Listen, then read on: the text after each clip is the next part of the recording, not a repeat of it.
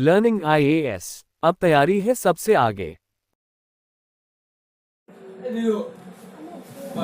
राजपूत कला शैली भारतीय कला के इतिहास में एक महत्वपूर्ण अध्याय है।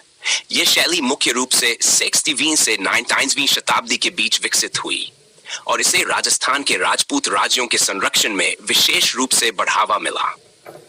इस कला शैली की विशेषता इसमें दिखाए गए चित्रों और उनके रंग संयोजन में निहित है, जो भारतीय संस्कृति, धार्मिक और सामाजिक जीवन को जीवंत रूप से प्रस्तुत करती है।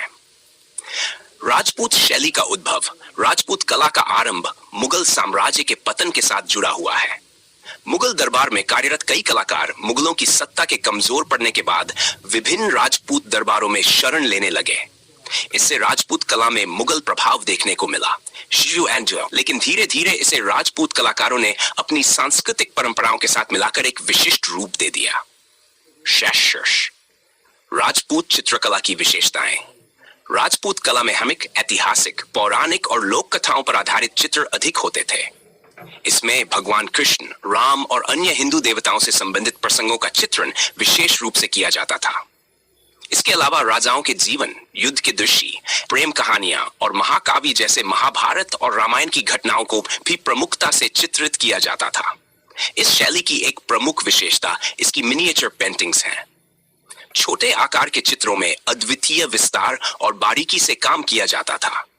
रंगों का उपयोग अत्यंत जटिल और सुंदर होता था, जिसमें प्राकृतिक रंगों का प्रयोग किया जाता था।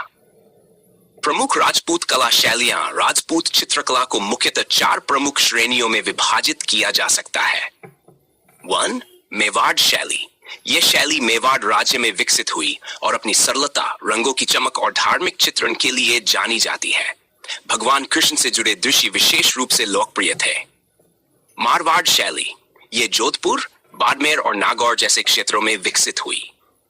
इसमें राजसी जीवन, युद्ध और रानी राजाओं के चित्रण की प्रधानता होती थी। किशनगढ़ शैली। किशनगढ़ की यह शैली अपने सौंदर्य शास्त्र के लिए प्रसिद्ध है, विशेषकर बनी ठनी नामक चित्र के लिए।